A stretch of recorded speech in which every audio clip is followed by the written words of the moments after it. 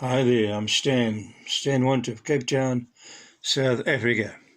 In Psalm 122, the psalmist said, I was glad when they said to me, let us go to the house of the Lord. And I asked myself this question, why was the psalmist glad? And I think there are several answers. Firstly, the psalmist was obviously a believer who had a real life-changing experience of God. You see, before a person turns to God, they actually have no real desire for the things of God, like worship, prayer, reading the scriptures, going to church, enjoying Christian fellowship, etc., etc. But when a person turns to God in faith, they are completely changed. God puts new desires and aspirations into a person's life. The hymn writer wrote or penned those words, what a wonderful change in my life has been wrought since Jesus came into my heart. The true believer now enjoys going to the house of God to praise and worship his Creator.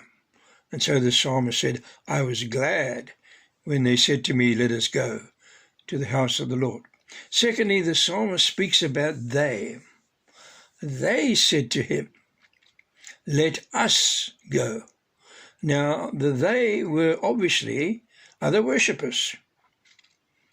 It's just as if they had been walking along as a group of people to the house of God, and as they went, they invited others to join with them.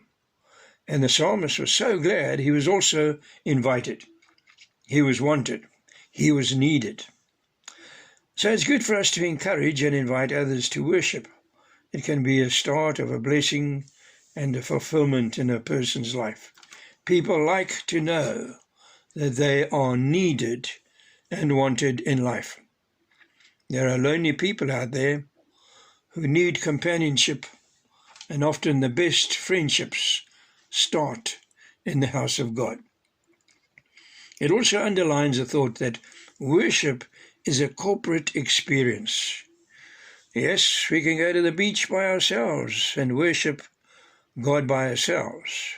There's nothing wrong with that. But there needs to be also, and I underlined also, the occasion when we worship God together with other believers. It's God's plan for believers to worship and serve Him in the context of a fellowship.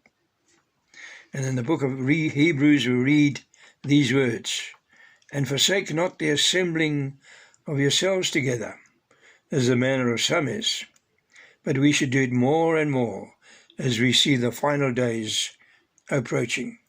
There's something special, you see, when we worship God together with other believers. So the psalmist was glad to go to the house of God with others. That was so meaningful to him.